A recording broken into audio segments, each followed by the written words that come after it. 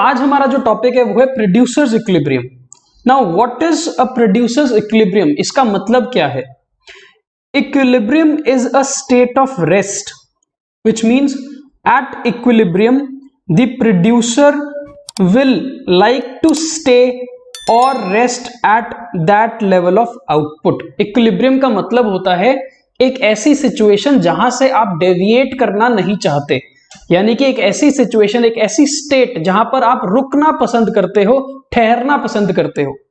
तो प्रोड्यूसर का इक्विलिब्रियम ऐसी स्टेट है, एक ऐसी सिचुएशन है, एक ऐसा लेवल ऑफ आउटपुट है जहां से प्रोड्यूसर डेविएट करना नहीं चाहेगा, जहां से प्रोड्यूसर हटना नहीं चाहेगा, या फिर आप ये भी बोल सकते हो एक ऐसा लेवल ऑफ आउटपुट जहां पर प्रोड्यूसर रहना चाहेगा, रुकना चाहेगा, मेंटेन करना चाहेगा। Now what that level of output be? A producer is said to reach his equilibrium at a level of output which gives him maximum profit and the profits will decline if more output is produced। कहता है producer एक ऐसा level of output जब generate कर रहा है जिस level पर उसको मैक्सिमाइज्ड प्रॉफिट ऑब्टेन हो रहे हैं, या उसका लेवल ऑफ प्रॉफिट मैक्सिमम पर है, और अगर वो इस लेवल ऑफ आउटपुट से डेविएट करता है, या तो लेवल ऑफ आउटपुट इंक्रीज करता है या वो लेवल ऑफ आउटपुट को डिक्रीज कर देता है, तो फिर उसके प्रॉफिट्स विल स्टार्ट डिक्लाइनिंग। तो वो लेवल ऑफ आउटपुट जिस पे प्रोड्यूसर का मैक्सिमम प्रॉफिट जनरेट होता है, उस लेवल ऑफ आउटपुट को हम प्रोड्यूसर का इक्विलिब्रियम लेवल ऑफ आउटपुट बोलते हैं। एक बार फिर से, प्रोड्यूसर इक्विलिब्रियम कब अटेन होता है? प्रोड्यूसर का इक्विलिब्रियम तब अटेन होता है जब प्रॉफिट्स मैक्सिमम होते हैं, और अगर प्रोड्यूसर उस लेवल ऑफ आउटपुट से डेविएट करे, अगर उस लेवल ऑफ आउटपुट से प्रोड्यूसर डेविएट करे, यानी कि या तो वो लेवल ऑफ आउटपुट को इंक्रीज कर दे या लेवल ऑफ आउटपुट को डिक्रीज कर दे, then his profits will start falling, his profits will start declining.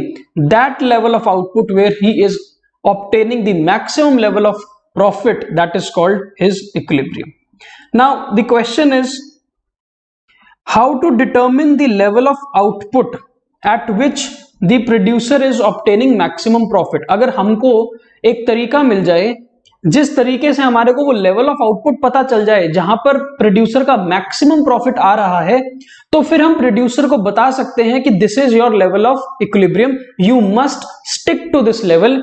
ना आपको लेवल ऑफ आउटपुट को इंक्रीज करने की आवश्यकता है, ना ही आपको लेवल ऑफ आउटपुट को डिक्रीज करने की जरूरत है, बिकॉज आप जितना प्रॉफिट जनरेट कर रहे हो वो मैक्सिमम है। So we have two approaches to producer's equilibrium, यानी कि हमारे पास दो तरीके हैं जहां से हम प्रोड्यूसर के इक्विलिब्रियम को समझ सकते हैं, या हम प्रोड्यूसर के इक्विलिब्रियम को आइडेंटिफाई कर सकते हैं। First is called the TRTC approach and second is called MRMC approach. तो दो तरीके, TRTC एंड MRMC। अब आपको ये तो पता है कि TR क्या होता है? TR होता है टोटल रेवेन्यू। ये कॉन्सेप्ट हम कर चुके हैं अपनी कुछ पिछली क्लासेस के अंदर।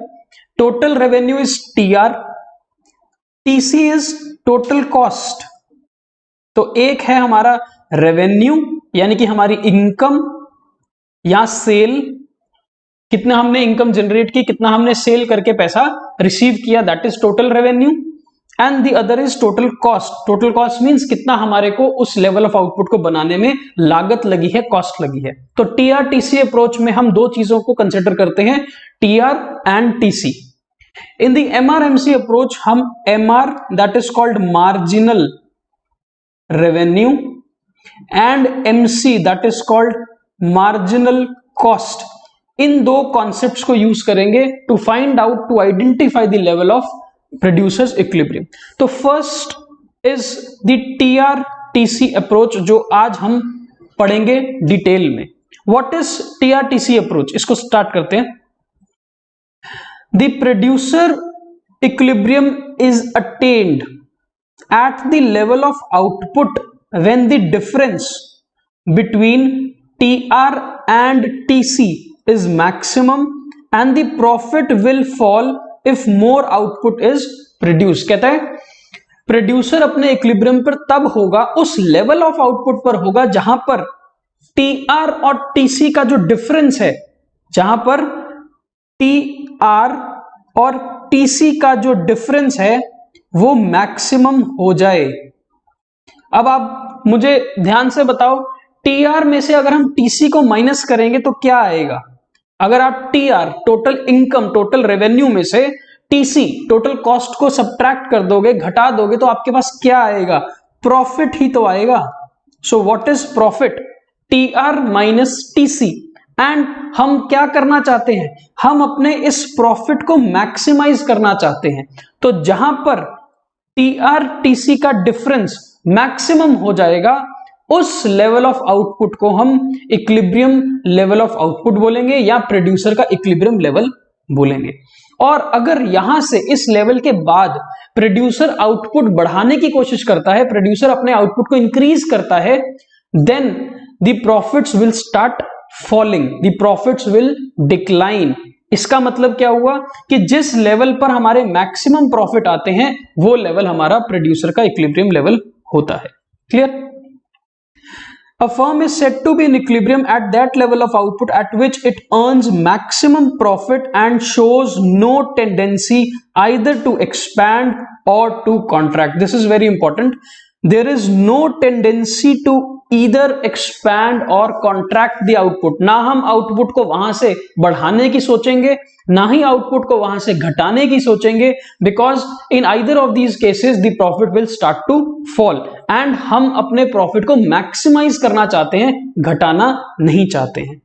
The producer's equilibrium refers to a situation of profit maximization. हम प्रॉफिट को मैक्सिमाइज करना चाहते हैं, हम प्रॉफिट को घटाना नहीं चाहते हैं। ठीक है?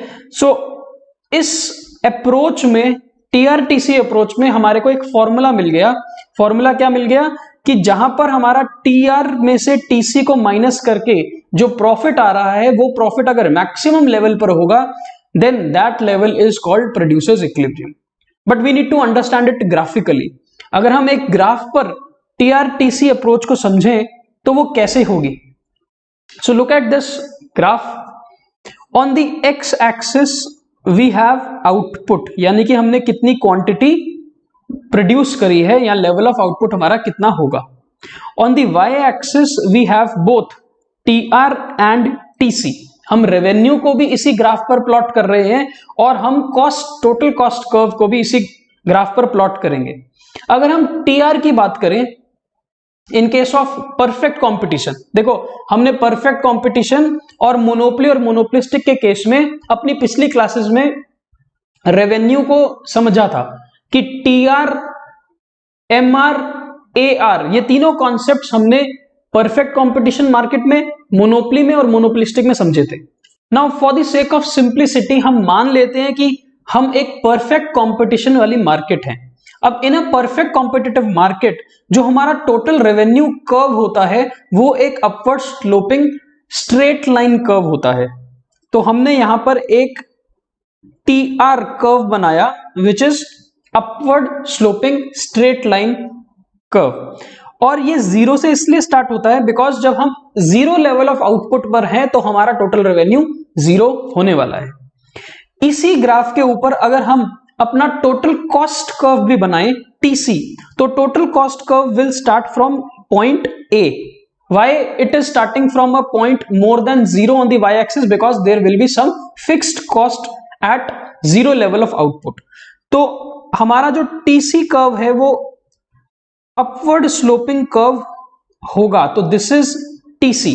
तो हमने दो कर्व्स बनाए, टीआर एंड टीसी। नाउ अब हमारे को कुछ समझना है इस ग्राफ से रिलेटेड। जब हम जीरो लेवल ऑफ आउटपुट पर होते हैं, जब हम जीरो लेवल ऑफ आउटपुट पर होते हैं तब हमारा रेवेन्यू तो जीरो होता है, टोटल रेवेन्यू तो जीरो है, पर टोटल कॉस्ट हमको कुछ इनकर करनी पड़ती है because that total cost is equal to the fixed cost at zero level of output. So अगर हम जीरो लेवल ऑफ आउटपुट की बात करें तो हम नुकसान में हैं। क्यों नुकसान में है? बिकॉज हमारी जो टोटल कॉस्ट कर्व है टोटल रेवेन्यू कर्व से वो ऊपर लाई करता है। अगर आप इस ग्राफ को ढंग से देखो तो आपका जो टीसी कर्व है वो टीआर कर्व से ऊपर है। ये देखो, अगर मैं थोड़ा सा इसको बड़ा करूं तो आपको और क्लैरिटी से नजर आएगा। जो हमारा टीसी कर्व है वो ए पॉइंट से स्टार्ट हो रहा है और जो हमारा टीआर कर्व है वो 0 लेवल से स्टार्ट हो रहा है, because TR is lesser than TC. तो ये सिचुएशन एक लॉस की सिचुएशन है, तो ये सिचुएशन एक लॉस की सिचुएशन है, because cost is more then revenue. अब एक लेवल ऑफ आउटपुट को इंक्रीज करके देखते हैं। मान लो हमने इतना आउटपुट जनरेट किया। जब हम इतना आउटपुट जनरेट करते हैं तो हमारा टोटल रेवेन्यू इंक्रीज होता है और टोटल रेवेन्यू यहां पर पहुंच जाता है। So this is the total revenue eight this level of output. पर अभी भी इस लेवल पर भी जो हमारा टोटल कॉस्ट है वो और भी ज्यादा है। ये है हमारी टोटल कॉस्ट। टोटल कॉस्ट यहां से लेके यहां तक है। So TC is more than TR. Again this is the loss that the producer is still incurring even when the output has increased। थोड़ा और आगे चलते हैं। अगर हम और आगे चलेंगे तो यहां पर लेवल ऑफ आउटपुट पर चेक करें क्या सिचुएशन है। इस लेवल ऑफ आउटपुट पर हमारा रेवेन्यू और इंक्रीज कर गया। इस लेवल पर हमारा रेवेन्यू और इंक्रीज कर गया, पर अभी भी जो हमारी कॉस्ट है that is still greater than the total revenue and this is still a situation of loss।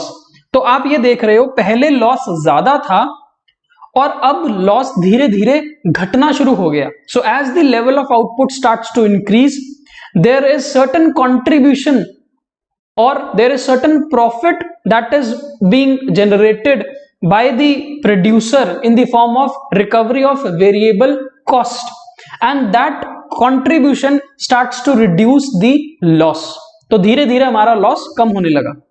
अब ऐसा करते करते हम एक ऐसे सिचुएशन पर आ जाएंगे, एक ऐसे लेवल ऑफ आउटपुट पर आ जाएंगे जिसको हम Q1 बोल रहे हैं, जिस लेवल ऑफ आउटपुट पर हमारा TR total revenue generated and the total cost incurred बराबर हो जाती है। ये एक ऐसा लेवल है जहां पर हमारा टोटल रेवेन्यू हमारी टोटल कॉस्ट के बराबर हो जाता है। और अगर टोटल रेवेन्यू और टोटल कॉस्ट बराबर हो जाएंगे तो इस लेवल पर हमें ना नुकसान होगा ना ही हमारे को प्रॉफिट होगा। So this B point is called the break even point. तो ब्रेक इवन पॉइंट कौन सा पॉइंट होता है? एक ऐसा लेवल ऑफ आउटपुट जहां पर हमारा टोटल रेवेन्यू टोटल कॉस्ट के बराबर हो जाता है। Once the business is at this break even point, जब हम ब्रेक इवन पॉइंट पर पहुंच जाते हैं तो हमारी एक ऐसी सिचुएशन आ जाती है जहां पर हमें अभी तक कोई नुकसान नहीं हुआ और अभी तक हमें कोई प्रॉफिट भी नहीं हुआ। यानी कि जो पिछले हमारे नुकसान थे वो सारे नुकसान रिकवर होके हम नो प्रॉफिट नो लॉस की सिचुएशन पर पहुंच गए हैं। हमने अपनी वेरिएबल कॉस्ट को भी रिकवर कर लिया है, हमने अपनी टोटल फिक्स्ड कॉस्ट को भी रिकवर कर लिया है, या फिर हम ये कह सकते हैं हमने जितनी भी कॉस्ट इनकर करी है वो सारी की सारी हमने रेवेन्यू में जनरेट करके रिकवर कर ली है। अब इसके बियॉन्ड, सो ये सारा जो रीजन है ना, ये सारा रीजन अभी तक हमारा लॉस मेकिंग रीजन था और एट बी पॉइंट हम no profit no loss break even situation पर पहुंच गए हैं। अब बियॉन्ड दिस लेवल, इसके बाद हमारी जो बिजनेस है, हमारी जो फर्म है, हमारी जो कंपनी है वो प्रॉफिट जनरेट करना स्टार्ट कर देगी। ऐसा क्यों होगा हम ये चेक करते हैं। Let us say we are at a point called this. इस लेवल ऑफ आउटपुट पर हमारे पास कितना रेवेन्यू जनरेट हो रहा है, हमारा जो रेवेन्यू है वो इतना होगा। This is the total revenue generated and what is the total cost. Total cost हमारी यहां से लेके यहां तक है, ये हमारी टोटल कॉस्ट है। तो टोटल रेवेन्यू टोटल कॉस्ट से ज्यादा है। कितना ज्यादा है? ये जो रीजन आपको दिख रहा है, this region is the region where we can say we are in profit because TR is more than TC, because हमने जो टोटल रेवेन्यू जनरेट किया है वो टोटल कॉस्ट से ज्यादा किया है। तो जो डिफरेंस है TR माइनस TC का वो हमारे लिए प्रॉफिट है। तो धीरे धीरे आप ये देखोगे कि जैसे जैसे ब्रेक इवन लेवल के बाद हमारा आउटपुट इंक्रीज हो रहा है, वैसे वैसे आउटपुट के साथ साथ हमारा प्रॉफिट भी इंक्रीज होना स्टार्ट हो जाएगा। Now if we look at this level which is Q level, this level is generating this much profit, ये हमारा प्रॉफिट रीजन है। बिकॉज टीआर में से जब आप टीसी को माइनस करोगे तो जो रीजन बचेगा पीएन, जो ये रीजन बचेगा पीएन, इसको हम क्या बोलते हैं, प्रॉफिट। और ये जो गैप है टीआर टीसी का, जो गैप है, ये गैप मैक्सिमम है इस लेवल पर, इसीलिए हमारा प्रॉफिट भी मैक्सिमम होगा। और याद करो हमने क्या बात करी, हमने बोला प्रोड्यूसर अपने इक्विलिब्रियम पे उस लेवल ऑफ आउटपुट पर आएगा जिस लेवल पे उसका प्रॉफिट मैक्सिमम होगा। तो yes, this is the level of output Q where the profit generated, profit earned is maximum. So ये हमारा प्रोड्यूसर का इक्विलिब्रियम लेवल ऑफ आउटपुट होगा। क्लियर है?